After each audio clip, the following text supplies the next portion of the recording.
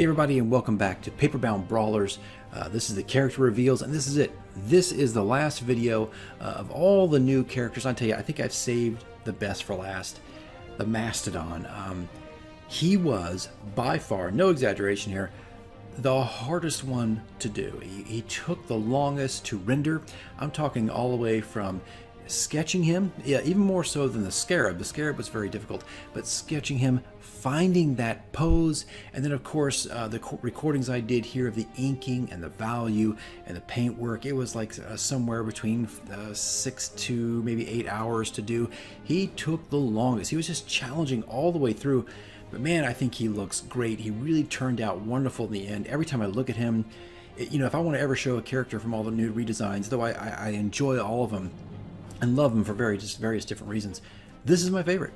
And he's huge. If you look at a scale chart, which we'll have in one of the bonus videos here, he's really, really big. He's massive compared to the other characters. He just has so much weight here. Look at the original. He's got so much weight here. He has got so much more presence. He's far more lethal than he's ever been here.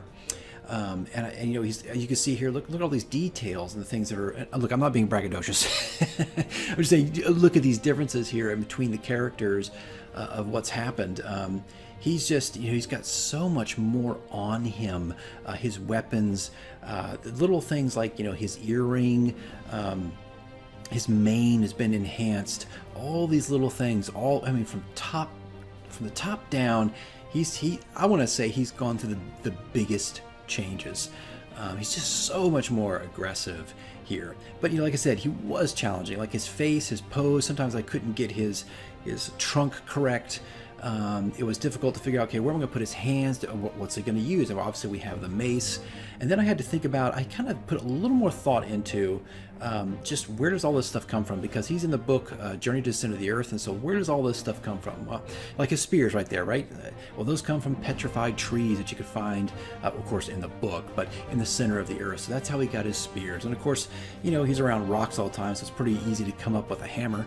He's got a tortoise shell on his left arm there. Of course, that comes from the giant turtles, tortoises, whatever. I'm sure there's a difference there. That live in the underground. I mean, yeah, I had to read the book. It was a tough read. It was interesting at times, but it was a tough read. It was really hard to come up with anything worthwhile to play like as a character. Here's a couple pieces of concept art you can see. At one time, you know, there actually was going to be a single-player campaign for Paperbound, and we realized it was going to take too long. So some of these sketches come from original characters and enemies that you would have played as, or they would have fought against you from Journey to the Center of the Earth. And it was tough. As you can see here, there's not a lot here. There's petrified trees and different things walking around and mushrooms and things like that. But it was really, really difficult to find something in there that was interesting and fun to use for the character. But you know, eventually the single player campaign went away, and we stuck just with multiplayer. But yeah, I just tried to give a little more thought. Not that I didn't do that the first time through. Of course we did. There's a couple of pictures there, I think, that passed by in the concept art of him using ivory tusks to make swords. And those ivory tusks came from fallen comrades in battle or whatnot, so they would use those to take revenge on any other creature that they fought, things like that. But as you can see here, he's just so much more intimidating, and I love his color. It really pops. We gave him, of course, stripes. The original drawing also had these stripes put on, almost like Indian war paint. You know, that's just kind of what I visualized at the time. And of course, you can see they also paint their tusks. But guys, this was so much fun. I can't wait to show you the scale charts and stuff, so you can see him compared to all the other characters. But he truly is the best for last, I think. He was so much fun to do, struggled to do, I admit, but in the end, so worth it.